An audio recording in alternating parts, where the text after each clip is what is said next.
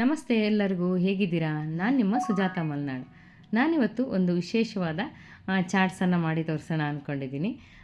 ಯಾಕಪ್ಪ ವಿಶೇಷ ಅಂತಂದರೆ, ನಾವು ಚಾಟ್ಸಿಂದಾಗ ಎಲ್ಲ ಹೊರಗಿನ ಐಟಮ್ ಎಲ್ಲ ಜಾಸ್ತಿ ತಂದು ಮಾಡ್ತೀವಿ. ಆದರೆ ಮನೆಯಲ್ಲೇ ಇರುವಂತಹ ಹಾಗೆ ದೇಹವನ್ನು ತಂಪಾಗಿಡುವಂತಹ ಒಂದು ಚಾಟ್ಸನ್ನು ಮಾಡಿ ತೋರಿಸೋಣ ಅಂದ್ಕೊಂಡಿದ್ದೀನಿ.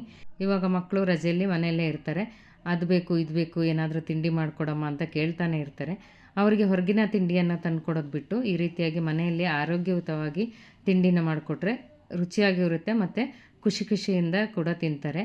ಹಾಗಾದರೆ ಈ ಚಾಟ್ಸನ್ನು ಹೇಗೆ ಮಾಡೋದು ಅಂತ ನೋಡ್ಕೊಂಬರೋಣ ಬನ್ನಿ. ಅದಕ್ಕಿಂತ ಮೊದಲು ನೀವೇನಾದರೂ ನನ್ನ ಚಾನಲ್ನ ಮೊದಲನೇ ಸಲ ವೀಕ್ಷಣೆ ಮಾಡ್ತಾಯಿದ್ರೆ ದಯವಿಟ್ಟು ಒಂದು ಲೈಕ್ ಮಾಡಿ, ಶೇರ್ ಮಾಡಿ, ಸಬ್ಸ್ಕ್ರೈಬ್ ಮಾಡಿ ಅಂತ ಹೇಳ್ತಾ ವಿಡಿಯೋನ ಶುರು ಮಾಡೋಣ ಬನ್ನಿ. ನೋಡಿ, ಈ ಚಾಟ್ಸ್ನ ಮಾಡೋಕ್ಕೆ ಬೇಕಾಗಿರುವಂಥದ್ದು ಸೌತೆಕಾಯಿ ಮುಖ್ಯವಾಗಿ.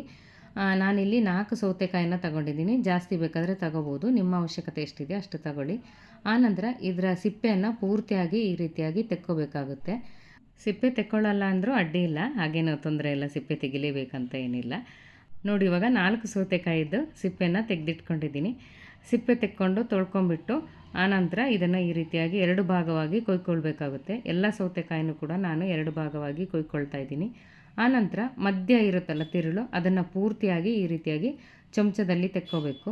ಆನಂತರ ಇದರ ತಿರುಳನ್ನು ಬಿಸಾಕಬೇಕಂತಿಲ್ಲ, ಈ ಚಾಟ್ಸ್ಗೆ ಬಳಸ್ಕೋಬೋದು, ಇಲ್ಲಾಂದರೆ ಕೋಸಂಬರಿ ಏನಾದರೂ ಮಾಡಬೇಕಾದ್ರೆ ಬಳಸ್ಕೋಬೋದು.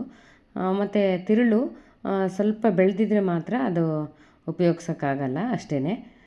ಇವಾಗ ನೋಡಿ, ತಿರುಳು ತೆಗೆದಂಥ ದೋಣೆ ಆಕಾರದ ಸೌತೆಕಾಯಿ ತಯಾರಾಗಿದೆ. ನಂತರ ಇದಕ್ಕೆ ಸಣ್ಣಕ್ಕೆ ಹೆಚ್ಚಿರುವಂಥ ಈರುಳ್ಳಿನ ಹಾಕ್ಕೊಳ್ತಿದ್ದೀನಿ, ಜೊತೆಗೆ ಟೊಮೆಟೊವನ್ನು ಕೂಡ ಸಣ್ಣಕ್ಕೆ ಹೆಚ್ಚಿ ಹಾಕ್ಕೊಳ್ತಾ ಇದ್ದೀನಿ.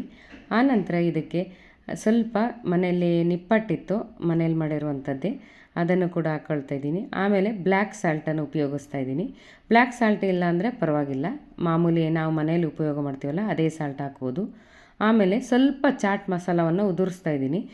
ಚಾಟ್ ಮಸಾಲ ಹಾಕಿದರೆ ಸ್ವಲ್ಪ ರುಚಿ ಚೆನ್ನಾಗಿ ಬರುತ್ತೆ ಅಂತ ಅಷ್ಟೇ.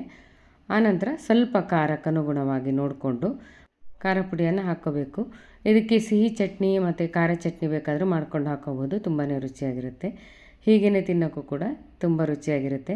ನೋಡಿದ್ರಲ್ಲ ಎಷ್ಟು ಸುಲಭವಾಗಿ ದೇಹಕ್ಕೆ ತಂಪು ನೀಡುವಂತಹ ಒಂದು ಚಾಟ್ಸ್ ರೆಡಿ ಆಯಿತು ಅಂತೇಳಿ.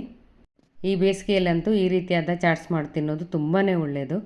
ಹಾಗೆ ಮಕ್ಕಳಿಗೂ ಕೂಡ ಈ ರೀತಿಯಾಗಿ ಮಾಡಿಕೊಡೋದ್ರಿಂದ ತುಂಬ ಖುಷಿಯಾಗಿ ತಿಂತಾರೆ. ಹಾಗಾದರೆ ನಿಮಗೆ ಈ ರೆಸಿಪಿ ಇಷ್ಟ ಆಯಿತು ಅಂತ ನಾನು ಅಂದ್ಕೊಳ್ತೀನಿ. ಇಷ್ಟ ಆದರೆ ಖಂಡಿತವಾಗ್ಲೂ ಒಂದು ಲೈಕ್ ಮಾಡಿ, ಶೇರ್ ಮಾಡಿ, ಸಬ್ಸ್ಕ್ರೈಬ್ ಮಾಡೋದು ಮಾತ್ರ ಮರಿಬೇಡಿ ಅಂತ ಹೇಳ್ತಾ ಮುಂದಿನ ವಿಡಿಯೋದಲ್ಲಿ ಸಿಗ್ತೀನಿ. ಹೋಗಿ ಬರಲಾ? ನಮಸ್ಕಾರ, ಎಲ್ರಿಗೂ ಶುಭವಾಗಲಿ.